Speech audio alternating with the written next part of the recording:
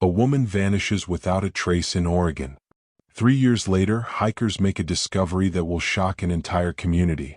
What they found inside a massive oak tree would expose a web of corruption that goes deeper than anyone imagined. Picture this. You're hiking through the dense forests of Oregon on a crisp October morning in 2018. The leaves crunch beneath your feet as you navigate between towering trees that have stood for centuries. You're following a trail that most people never bother to explore, when suddenly you notice something unusual about one particular oak tree. This tree is massive, easily 6 feet in diameter, with a hollow opening at its base that looks like nature's own secret chamber. You bend down to peer inside, expecting maybe to find some wildlife or old camping gear. Instead, your flashlight beam illuminates something that makes your blood freeze. Bones. Human bones. What you're looking at are the skeletal remains of someone who disappeared 3 years ago, and this discovery is about to unravel one of the most disturbing cases of police corruption Oregon has ever seen. The remains belong to 28-year-old Khloe Rivers, a local art teacher who vanished without a trace in the summer of 2015. Khloe was the kind of person everyone loved. She volunteered at animal shelters, taught free art classes to underprivileged kids, and had this infectious laugh that could brighten anyone's day. When she disappeared, it devastated not just her family, but the entire small town of Millfield, Oregon. But here's where this story takes a dark turn that will make your skin crawl. The detective assigned to investigate Khloe's disappearance was a man named Ray Kowalski, and this guy was about as corrupt as they come. While Khloe's family was desperately searching for their daughter, posting flyers and organizing search parties, Kowalski was actively working against them. He would show up to family meetings hungover, dismiss their concerns with a wave of his hand, and actually had the nerve to suggest that Khloe had probably just run off with some boyfriend. Anna Rivers, Khloe's younger sister, will never forget the day she begged Kowalski to take the case seriously. She was 25 at the time, working 2 jobs to help fund the search efforts, and she approached Kowalski with new evidence. A witness who had seen a suspicious car near where Khloe was last spotted. Kowalski looked at this grieving sister and said, "Listen, sweetheart, your sister was probably just tired of her boring life. Girls like her disappear all the time. She'll turn up when she's ready." The casual cruelty in his voice was something Anna would never forget. But Kowalski's behavior wasn't just callous, it was calculated. Because while the Rivers family was suffering through the worst nightmare any family could imagine, Kowalski was busy covering up evidence that could have led them to Khloe months earlier. He buried witness statements, ignored crucial leads, and even went so far as to intimidate people who tried to come forward with information. And that's just the beginning of this twisted tale, because what happened next will show you just how far some people will go to protect their darkest secrets. The discovery of Khloe's remains in that oak tree should have brought closure to a grieving family. Instead, it opened up a can of worms that revealed corruption so deep it reached into the highest levels of local government. When the hikers called 911 that October morning, guess who was assigned to handle the crime scene? That's right, Detective Ray Kowalski, the same man who had bungled the original investigation 3 years earlier.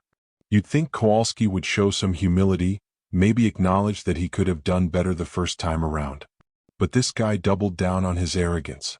He arrived at the scene with his usual swagger, dismissed the forensic team's suggestions, and immediately began pushing the narrative that Khloe had died by accident. According to Kowalski, she had simply fallen into the tree hollow and gotten stuck. Case closed, nothing to see here. But Anna Rivers wasn't buying it, and neither was David Park, an investigative journalist who had been following the case since Khloe first disappeared. David was one of those reporters who actually cared about truth over headlines, and he had watched Kowalski's incompetence firsthand during the original investigation. When he heard about the discovery in the oak tree, every instinct told him something was very wrong. The first red flag came when Anna tried to access the original case files. Kowalski claimed that most of the documents had been lost during a recent office move. When David submitted a Freedom of Information request, he was told that the files were part of an ongoing investigation and couldn't be released. But here's the thing. If Kowalski was claiming Khloe's death was accidental, why would the investigation still be ongoing? That question would lead Anna and David down a rabbit hole of corruption that would put both their lives in danger. Because someone very powerful had a vested interest in keeping Khloe's real story buried, and they would stop at nothing to protect their secret. The truth about what happened to Khloe Rivers was far more sinister than anyone could have imagined, and the people responsible for her death had been hiding in plain sight for 3 long years. David Park had covered enough corruption cases to recognize a cover-up when he saw one, and everything about Kowalski's handling of Khloe's remains screamed conspiracy. When David tried to interview the hikers who found the body, he discovered that Kowalski had already gotten to them first. Both hikers suddenly refused to talk to the media, claiming they didn't remember much about the discovery.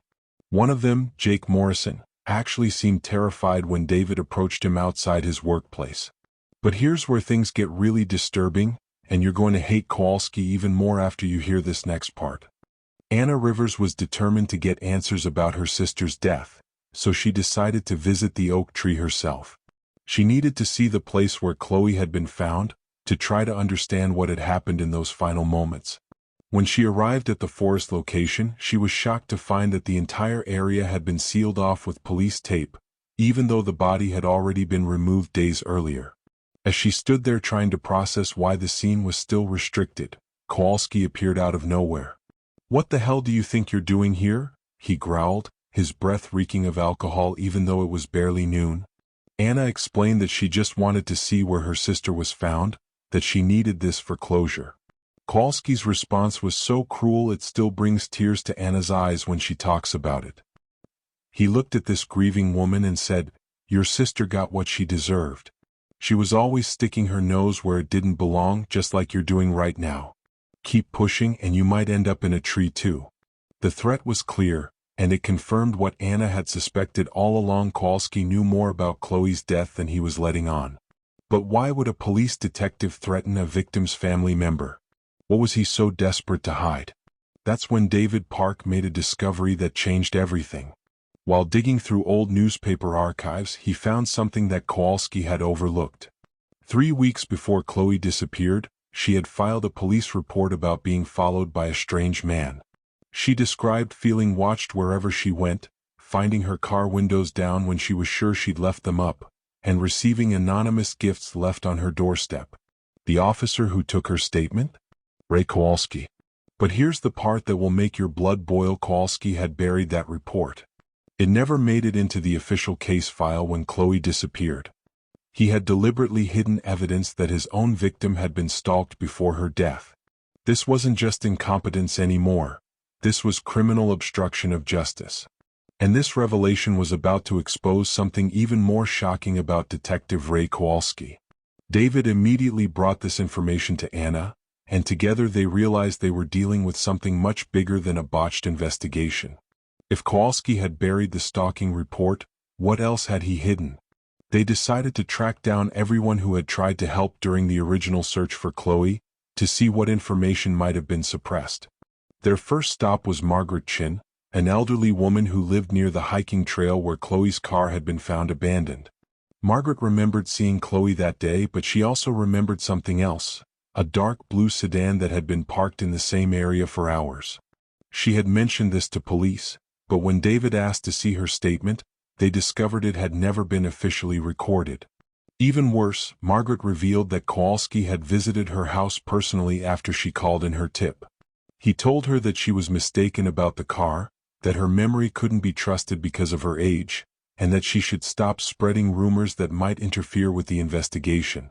Margaret was so intimidated by his aggressive demeanor that she never called police again, even when she remembered additional details.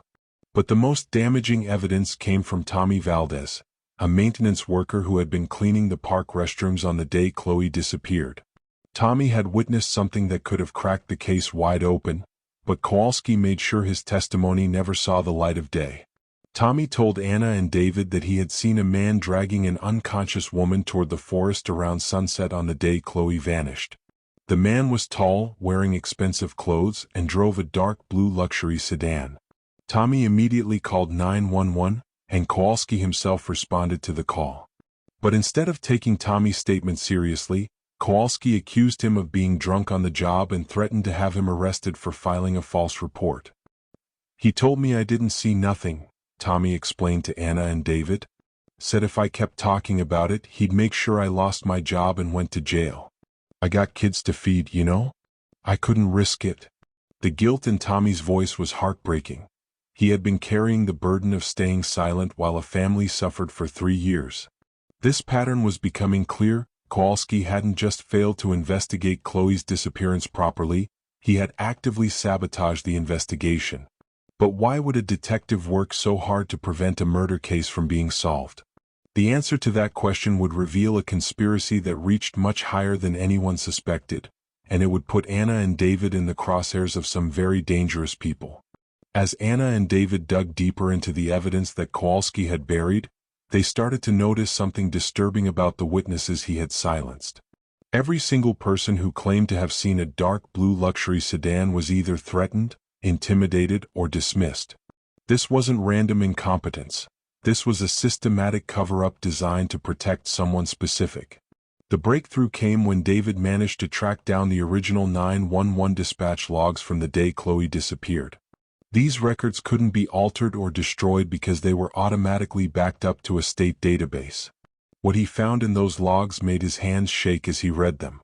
There had been not one, not two, but 7 different calls about a suspicious dark blue sedan in the area where Khloe vanished. 7 witnesses, all describing the same vehicle, all mentioning how out of place it looked in the rural hiking area. But here's the part that will make you sick to your stomach. Every single one of those calls had been routed directly to Detective Ray Kowalski, and every single witness had been silenced before they could give an official statement. This wasn't a coincidence. Someone had made sure that Kowalski would be the one to handle any reports about that car, and Kowalski had made sure those reports disappeared forever. When Anna heard about the dispatch logs, she felt a rage unlike anything she had ever experienced. For 3 years, she had blamed herself for not doing enough to find her sister. She had wondered if maybe Khloe really had just run away, if maybe she had been a terrible sister for not knowing something was wrong. Now she realized that there had been plenty of evidence to find Khloe, but it had been deliberately destroyed by the very person who was supposed to protect her. But this discovery was about to lead them to someone who made Detective Kowalski look like a small-time crook. David's investigation into the dark blue sedan led him to the Department of Motor Vehicles records for luxury cars registered in the area. There were only 12 dark blue luxury sedans registered within a 50-mile radius of where Khloe disappeared, and one of them belonged to a man whose name made David's blood run cold. Richard Lawson was the wealthiest man in 3 counties, a real estate developer who had built half the shopping centers and office buildings in the region. He was also deeply connected to local politics, having donated millions to various campaigns and causes over the years. Lawson was the kind of man who got his picture in the newspaper for cutting ribbons at charity events, the kind of pillar of the community type that people looked up to and respected. But David's research revealed a darker side to Richard Lawson's empire. Multiple women had filed restraining orders against him over the years, though most of the cases had been quietly settled out of court.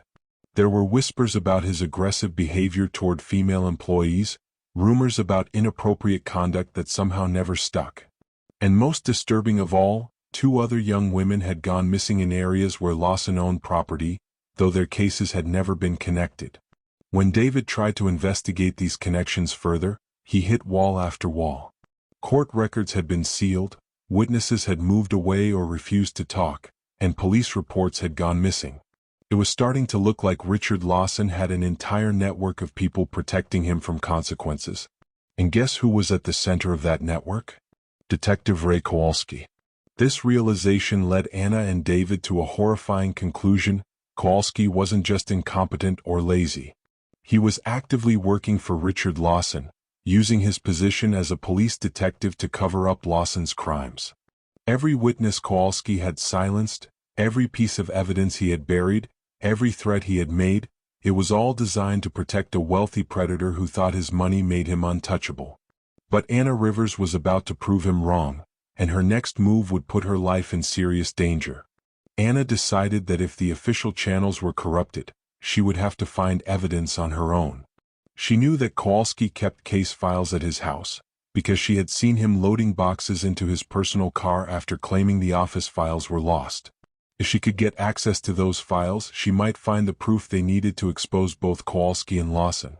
The plan was risky, but Anna was past the point of caring about her own safety. She waited until she knew Kowalski would be at work, then broke into his house through a basement window. What she found inside made her realize that the situation was even worse than they had imagined. Kowalski's basement was like a shrine to obsession. The walls were covered with photographs of young women, including dozens of pictures of Khloe that had clearly been taken without her knowledge. There were photos of Khloe at work, at the grocery store, at her apartment, images that showed she had been stalked for months before her disappearance. But the most disturbing discovery was a box labeled "Insurance" hidden behind Kowalski's water heater. Inside were detailed records of payments from Richard Lawson to Kowalski, going back over 5 years. The amounts were staggering, tens of thousands of dollars paid in exchange for services that were described in code words like problem resolution and witness management. Anna realized she was looking at evidence of a criminal conspiracy that had been operating for years. Lawson wasn't just paying Kowalski to cover up Khloe's murder, he had been paying him to cover up multiple crimes, including the disappearances of other women. As Anna photographed the evidence with her phone, she heard a car door slam outside. Her heart stopped as she realized that Kowalski had come home early. She was trapped in his basement with evidence that could destroy him, and if he found her there, she knew she would never make it out alive. The sound of footsteps on the floor above told her that her worst nightmare was about to come true. Anna's hands trembled as she quickly stuffed the incriminating documents back into the box, her mind racing to find an escape route. The basement only had one exit, the stairs leading directly to where Kowalski was now walking around upstairs. She could hear his heavy footsteps moving from room to room, and she realized with growing terror that he was conducting some kind of search. Had he somehow figured out that someone had been investigating him? The footsteps stopped directly above her head, and Anna held her breath as she heard Kowalski talking on his phone. His voice was muffled, but she could make out enough words to understand that he was reporting to someone about loose ends that needed to be handled permanently. When she heard him mention David Park's name, her blood turned to ice. Anna knew she had to warn David, but first she had to get out of this basement alive. She crept toward the window she had entered through, but as she reached for the latch, a board creaked under her foot. The sound seemed deafeningly loud in the silence, and immediately the footsteps upstairs stopped moving. What the hell? Kowalski's voice drifted down from above, and Anna could hear him moving toward the basement door. She dove behind the water heater just as the basement light flickered on and Kowalski's boots appeared on the wooden stairs. Anna pressed herself against the cold concrete wall, trying to make herself invisible as Kowalski descended into his twisted shrine. She could see his legs through a gap between storage boxes, and she watched in horror as he walked directly to the spot where she had found the insurance box. Kowalski knelt down and opened the box, and Anna could hear him counting the documents inside. After a few moments he seemed satisfied that everything was still there, but instead of leaving he pulled out his phone and made another call. "It's me," he said in a voice that was colder than Anna had ever heard. "We might have a problem. Someone's been asking too many questions about the Rivers case, and now that journalist is sniffing around the other disappearances. Lawson wants this cleaned up tonight."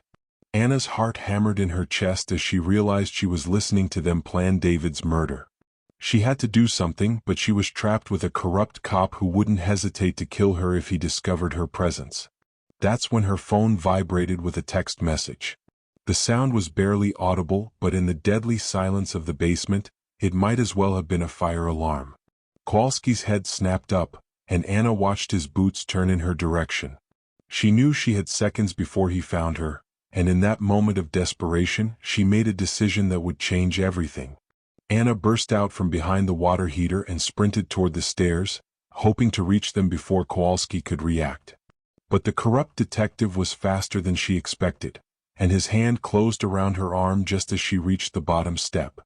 Well, Kowalski sneered, his grip tightening painfully around her wrist. "Anna Rivers, breaking and entering. Just like your nosy sister, always sticking your nose where it doesn't belong." The casual way he referenced Khloe's murder made Anna's vision blur with rage. She tried to pull away, but Kowalski was much stronger than her, and his other hand moved to his service weapon. "You killed my sister," Anna said, her voice shaking with fury and fear. Kowalski laughed, a sound devoid of any humanity. "I didn't kill anybody, sweetheart. I just cleaned up the mess afterward. Your sister caught the attention of a very important man, and when she started threatening to go to the police about his interests, well, let's just say she became a liability." The confirmation of what Anna had suspected hit her like a physical blow. Khloe hadn't just been murdered, she had been killed because she was trying to report Richard Lawson's crimes. She had died because she was brave enough to stand up to a predator, and Kowalski had helped cover it up for money. "Richard Lawson ordered you to kill witnesses," Anna said, trying to keep him talking while she figured out how to escape. "Lawson doesn't order me to do anything," Kowalski replied, his ego clearly wounded by the suggestion. "We have a business arrangement. He pays me to make problems disappear, and I make sure certain investigations don't go anywhere. It's worked perfectly for years until your sister had to go and develop a conscience." As Kowalski continued his confession, Anna noticed that her phone was still in her hand, and the screen showed that her call to David had connected automatically when she had tried to text him. David was hearing everything Kowalski was saying, and she prayed he was recording the conversation. But Anna's relief was short-lived, because Kowalski's next words made her realize that both she and David were in immediate danger. "Lawson's got people watching your journalist friend right now," Kowalski continued. "Soon as I take care of you, they're gonna take care of him. Then this whole mess goes away forever, just like your sister did." The sound of cars pulling into the driveway outside made both Anna and Kowalski freeze. Through the basement window, Anna could see multiple vehicles arriving, and her heart sank as she realized that Lawson's people had found David and were bringing him here. But what happened next would prove that Anna and David had more allies than they realized, and that the truth about Khloe Rivers was finally going to come to light. The cars outside weren't Lawson's men, they were FBI agents, and David Park had managed to alert them before being captured. While Anna had been discovering the evidence in Kowalski's basement, David had been working with federal investigators who had been building a case against Richard Lawson for years. The recorded confession Anna had unknowingly helped capture was exactly what they needed to bring down the entire conspiracy. Special Agent Maria Santos burst through the basement door with her weapon drawn, followed by 3 other federal agents. Kowalski's face went white as he realized his world was crumbling around him. He released Anna's arm and reached for his gun, but Agent Santos was faster. "Drop your weapon, Detective Kowalski," Santos commanded. "You're under arrest for obstruction of justice, conspiracy to commit murder, and accessory to murder." As the agents handcuffed Kowalski, Anna finally felt the relief she had been waiting 3 years to experience. But the real satisfaction came when Agent Santos informed them that Richard Lawson had been arrested simultaneously at his mansion across town. The evidence Anna had photographed in Kowalski's basement, combined with David's recorded conversation and the FBI's own investigation, had given them everything they needed to dismantle Lawson's criminal network. The insurance box contained records of payments for covering up not just Khloe's murder, but the disappearances of 4 other women over the past 6 years. As Kowalski was led away in handcuffs, he made one final attempt to justify his actions. "You people don't understand how the world really works," he shouted at Anna. "Men like Lawson always win and people like your sister always lose. I was just being realistic." Anna looked at this pathetic man who had destroyed so many lives for money, and she felt nothing but disgust. "My sister died because she had more courage in her little finger than you'll ever have," she replied. "And she did win because the truth always comes out eventually." The investigation that followed revealed the full scope of Lawson's crimes and Kowalski's complicity. Richard Lawson had been using his wealth and political connections to prey on young women for years, targeting those he thought were vulnerable and wouldn't be believed if they came forward. When victims like Khloe threatened to expose him, he had paid Kowalski to silence them permanently. The other missing women Anna and David had discovered were found buried on properties owned by Lawson's development company. Each case had been mishandled by Kowalski, who had received payments ranging from $20,000 to $50,000 per cover-up. The corruption had been so systematic that it had allowed a serial killer to operate freely for over half a decade. During Lawson's trial, the prosecution revealed the chilling details of Khloe's final days. She had discovered that Lawson was stalking several women in the community and had been planning to go to the FBI with evidence of his crimes. Lawson had lured her to the hiking trail under false pretenses, murdered her when she refused to stay silent, and then paid Kowalski to ensure the investigation went nowhere. The detail that broke Anna's heart was learning that Khloe had hidden inside the oak tree while trying to escape from Lawson, but had become trapped when he sealed the opening. She had died alone and afraid, but she had also died fighting for justice. Richard Lawson was sentenced to life in prison without the possibility of parole for multiple counts of first-degree murder. During his sentencing, the judge called his crimes a betrayal of every value our society holds dear, and noted that his use of wealth and influence to evade justice made his actions even more heinous. Detective Ray Kowalski received 25 years for his role in the conspiracy. His law enforcement career was over, his pension was revoked, and he would spend the rest of his life knowing that his greed had enabled the deaths of innocent women. The other officers who had looked the other way or failed to question Kowalski's methods also faced consequences, leading to a complete overhaul of the local police department. But perhaps the most important outcome was the establishment of the Khloe Rivers Foundation, which Anna created to help families of missing persons navigate investigations and ensure that cases like her sister's are never ignored again. The foundation provides legal assistance, investigative resources, and emotional support to families dealing with unresponsive or corrupt law enforcement. Anna often visits the oak tree where Khloe was found, and she's turned it into a memorial garden where other families can come to remember their lost loved ones. The tree that once held so much pain has become a symbol of hope and justice, proving that even the darkest secrets can't stay buried forever. David Park's investigative series about the case won a Pulitzer Prize and led to new federal guidelines for investigating missing persons cases. His work exposed how easily corruption can derail justice and showed the importance of independent journalism in holding powerful people accountable. 3 years after that horrible October day when hikers found skeletal remains in an oak tree, the truth had finally been revealed. Khloe Rivers hadn't died in vain. Her courage in standing up to a predator had ultimately led to justice for multiple victims and changes that would protect future generations of women. The case proved that no matter how wealthy or connected someone might be, no matter how many people they pay to look the other way, the truth has a way of surfacing. Sometimes it takes years, sometimes it takes tremendous courage from people like Anna Rivers and David Park, but justice eventually finds a way. And sometimes, just sometimes, the good guys really do win. If this story moved you and you want to see more investigations into cases like this, make sure to like this video and subscribe for more true crime content that exposes corruption and fights for justice.